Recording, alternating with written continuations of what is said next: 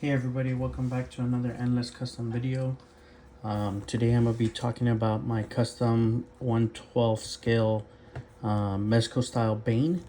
Now, I showed this figure a little while back on kind of like an idea of what I was working on, but I finally just got to it and figured I would knock it out. So there are some McFarlane pieces that that I used. So I used the boots. I used the little button for his Venom, the belt, the harness, and the head sculpt. Now, I'm still working on like cuffs for him. It's just really hard for his size. Just because I have some like custom fodder pieces that I have lying around here. But I just didn't like the way that they looked. The McFarlane one, I was gonna use that big like iron looking thing on his arm, on his left arm. But I didn't like the way it looked either, and it hindered articulation on that side. So I'll show you what I had an idea of. It's these cuffs here. These are not the ones, but these are just an example of. So I would put these around his wrists here, and then that's kind of what I would be using. But I don't like the way that they sit because you have to push them all the way up in order for them to look, but then it kind of defeats the purpose of having like this articulation hidden, because it's a ball joint, or a peg joint. So I just didn't like the way that these looked. At first I really liked it, but then I'm kind of back and forth on it. So what I did is I used like this like hockey tape, just to put around the wrists right now, and I put it on a little loose just so that you don't, it's not gonna completely just be one thing. So it's a little loose on this side, you can see here, and on this side too, just so that the articulation can hide a little bit better. But that's just still a rough draft. It's something I'm thinking about.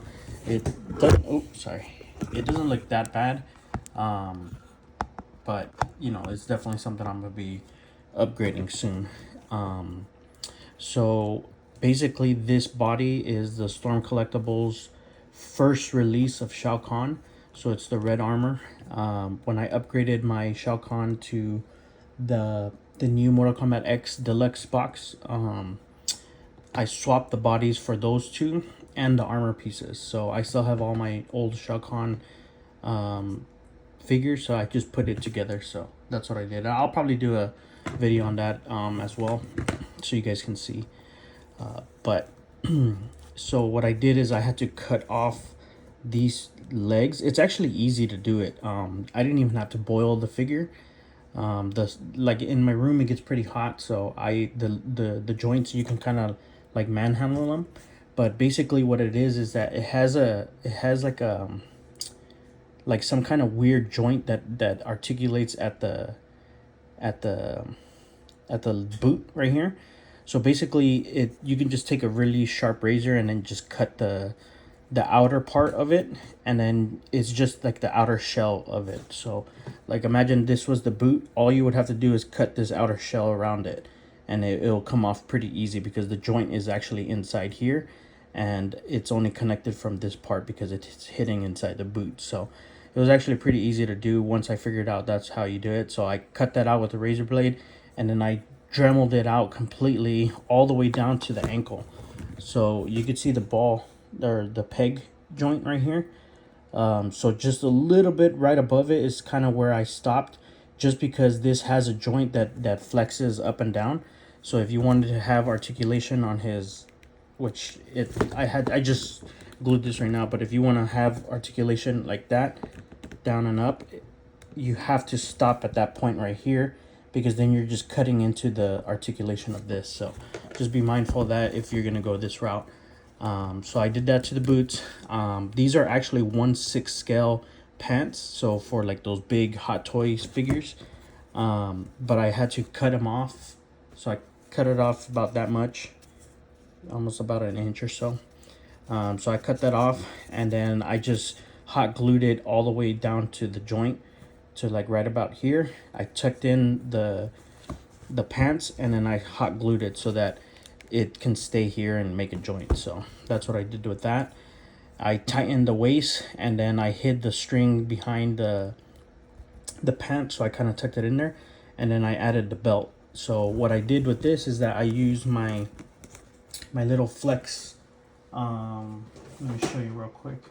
This flex material, like it stretches. You can see here. Let me show you real quick. So that's how much I have, and then it stretches. You see. So that's what I used for the belt. I just connected it there. Eventually, I'm gonna probably get some type of like canister or a little tank and add it there, and then maybe add more of these the venom lines. So that's what I did there, and it is a single piece, so it can be moved around if you need it for articulation and all that stuff. So I didn't want his pants to look super baggy. They do look a little baggy, but when I take photos, I'm probably gonna tuck it in a little bit, like, you know, like that or so that it doesn't look as baggy. But I had to leave it like that so that he can get articulation. You know, he has 90 degrees. He still has his double jointed knees. He still has the articulation here. Obviously, I'm not gonna have him have the splits, but the pants is gonna get that in the way. So I had to do that in order for me to keep the articulation. So that's why it looks a little baggier than I would want. I kind of would like it right there. But obviously, if it was any tighter, you wouldn't get that type of articulation. Like if I was holding this right here and I tried to hold, like pull up his leg, that's as far as his leg would go. You know what I mean? So I did that on purpose. So that's part of that. I also painted the veins here with my army paint. I believe I used green skin, so you can see here. And I blended it with a little bit of yellow, and then I highlighted it with a lighter green than this, which would be the pharaoh green. So I used both of these paints to make that venom vein pop out. So I did it kind of all over the body and stuff like that. I didn't want it to be too crazy because I don't like that look where it's all super veiny. It's like, you know, I just wanted enough to, you know, it's coursing through his veins. You get what I mean? But I really like this body for Bane just because it's a big boy body, and the muscular, I mean, Storm Collectible does really good work on figures, and even this is a very old figure. I think it's like 10 years old or something like that from the first Shao Kahn. But it still holds up pretty good, and you know, I like the way that it looked. It looked like a natural but unnatural body. You get what I mean? So that's why I went ahead and did that. Now, I did use a harness from the McFarlane, but I'm not a fan of these two big pockets, you know. So I'm thinking of cutting these off here and then just blending it with the original harness here, so it still connects here and then sideways. So I'm still debating that. I'm gonna be thinking about it a little bit more, but I may cut this off just so that it doesn't show all bulky. Like there's too much happening right here. You know what I mean? So that's an idea that I have. And then I use the McFarlane head sculpt and then the tank back here. So this is a really good tank. I really like the way it looks. So then that's what I did with the figure. Now this tubing was a pain. Originally I had, let me show you real quick. Originally I had come across this this material here. It looks a lot nicer than that one for sure, guaranteed. But this is for like a weed whacker, so it's very stiff. Like it doesn't bend or anything like that. So if you bend it, there's a lot of tension going on right here that it wants to fling back. You see what I mean? Like it wants to be one way, and that's the only way it's gonna do it. So originally I had it on the figure, but it hindered articulation a lot because obviously if I point the head, like imagine the head was here, right? And then I was pointing it one way or the other. Like I'm pointing it to my right, Bane's left, but then it kind of wants to pop back forward. You get what I mean? So it was really hard to be able to articulate the head because it would constantly want to force the head back straight. So that was a big problem. And I tried to like fix that by cutting little slits on this all around here, but it was still pretty strong. So I didn't like that, and I was like, man, like this was such a good material, but I ended up not using that. And then I tried to think about like a wire. Let me find it. I thought I had it here. I don't have it accessible, but let me show you what I'm talking about. Oh, this is a good example. So it was basically this wire here, not this one in exactly, but it was like a green one, and it was a 3 millimeter round one. Now the problem with that one is just it was super green, like Christmas green. It almost looked like this. Sorry, it almost looked like this type of green. So it was really kind of emerald Christmas tree looking green. So I didn't like the way that looked. So then I ended up looking up like tubing, and I found this like jewelry, custom jewelry tubing. And I went with this lime green. There was a neon green, but I liked the way this looked actually. Because I was looking up, even the Todd McFarlane ones was kind of around the same color. You still can add a wire. This is what it's intended for. You can add a little wire on it, and then you can see now it's like you can articulate it, right? So I was originally doing that for the Venom lines, but the problem with that is that when it's sitting natural like this, it just looks too stuck out. Like I don't know, like you can tell that there's articulation in there. I don't know about you guys, but this is like something that I can think of, like that I noticed when I had it attached to it. And I'm like, I don't like the way that it hangs. It doesn't hang. Like I would have to kind of force it like this, like try to excuse me, I would have to try to make it as smooth as possible like this. But even when it sits on the head, you see that little curve right here. It doesn't look natural. You know what I mean? Like it won't dip that way. It would dip like inwards like this. You get what I mean? Like it would naturally go like that if there was just a little wire. But because it has like the wire in it, it doesn't look as natural. So I went ahead and removed it again, and then I added just the wire with no wire. You get what I mean? So so it falls a little bit better, natural, I guess you could say.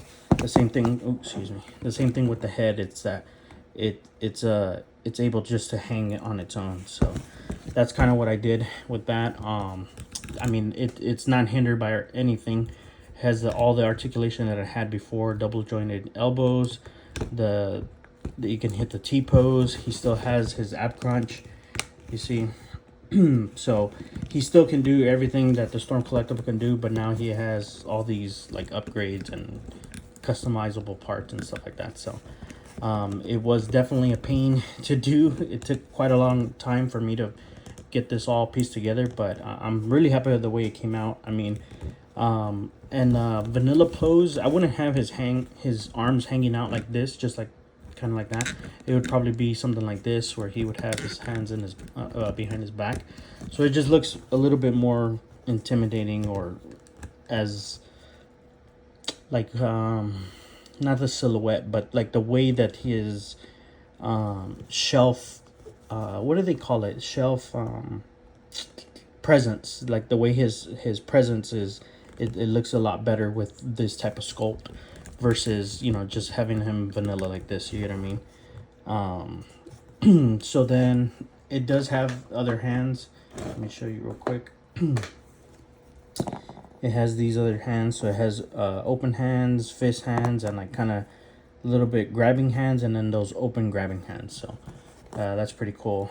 You know, the Todd McFarlane doesn't even come with fists, which sucks, but you know, that's why I want to upgrade these figures, because it's like the way that the figures come out, it's like you can't really do anything. You get what I mean? Like just like the Juggernaut. You know, when the Juggernaut came out, let me show you real quick.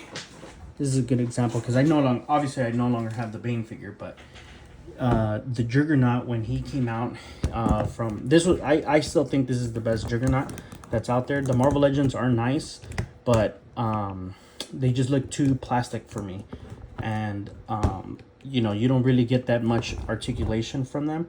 So it's like you might as well just get this Marvel Select one, because he looks massive and it looks great.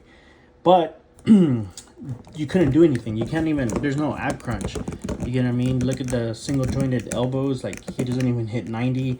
You can't twist his fists. Like, you know, like he was really bulky. His knees might as well not have any articulation. You get what I mean? Like, you know, there's a lot of things that you can do to update like the articulation, articulations for this. Sorry. But it's just a big hassle, you get what I mean? And the head sculpt is perfect. I mean, this is my favorite head sculpt of Juggernaut. So, I don't know if you can see, but yeah, that's the best head sculpt. But I went ahead and updated it to my Mezco style or whatever, you get what I mean? So, you know, these are the reasons why I make my custom figures. So, he is pretty tall, Bane, I will give you that, but you know, I didn't want my Juggernaut to be like massively huge, and if I'm gonna ever have these face off, then you know I'll play with the way that it looks. You know what I mean, to make him look a little bit taller or whatever. So that's just little things that I have to think about and stuff like that when I do the figures. I wanted to measure him out so you can see he is right at 9 inches. So I believe the McFarlane one was 10 inches or a little bit bigger than that. So yeah, that was just a massive figure, and it was a great figure. It's just, again, the posability, the articulation, the no fists, it was just a big pain, right? So yeah, so I was gonna make him a little bit shorter, but then with the pants it wouldn't work, because I was gonna probably make him a 1/2 inch shorter by cutting the legs here so that I have to stick less in the boot. But you know, I wanted him to be like comic accurate to my my Killer Croc, just because they fight on a number of occasions, and Bane is almost as big as he is. So that's the reason why I made the Bane this size, because my custom Killer Croc is that size. So you can see here they can have that face off, which is awesome. So that's the reason why I went with that. So yeah, that's just my Killer Croc. So anyways, I appreciate you guys watching the video. I hope you guys like, comment, follow, subscribe on YouTube, Instagram, or TikTok. I appreciate everybody's feedback and support. I really want to keep this going and get into that 500 followers. Right now we're dancing around 240, 250, which is an amazing thing, and I appreciate everybody that's following me.